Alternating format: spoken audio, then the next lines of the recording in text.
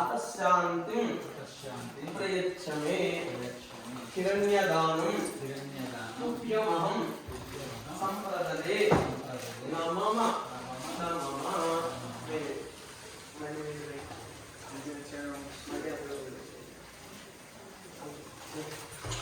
హిరణ్యదానం తుభ్యమహం సంప్రదదే నమో నమః.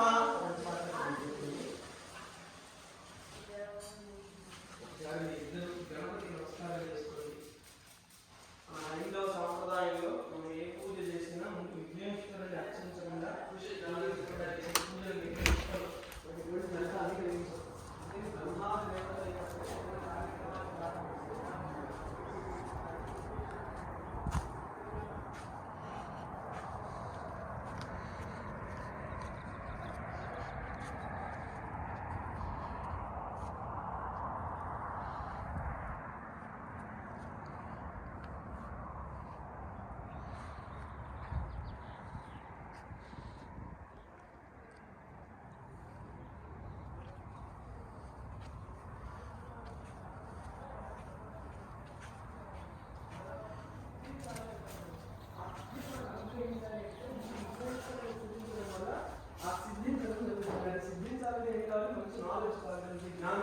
అది బుద్ధి అంట. ఆ బుద్ధి ఎలా వస్తుంది?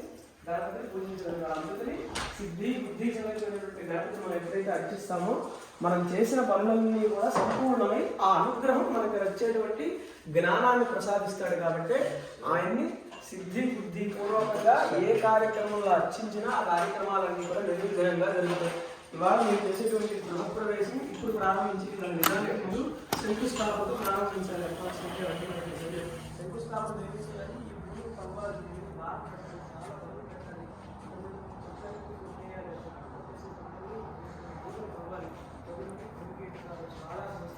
జీవరాశులు చనిపోతాయి. ఆ దోషం ఎవరికి బిల్డర్కి కాంట్రాక్టర్కి మీకే వెళ్తుంది.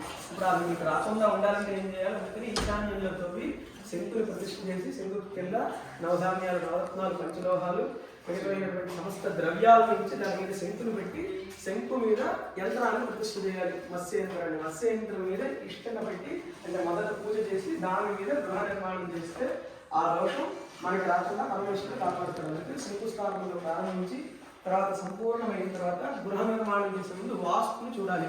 ఆ వాస్తు ఎలా ఉండాలి? సౌత్ ఈస్ట్ కార్నర్ కిచెన్ ఉండాలి. మీరు వంట చేసేటప్పుడు ఈస్ట్ ఫేస్ చేసి వంట చేయాలి. సౌత్ వెస్ట్ కార్నర్లో మాస్టర్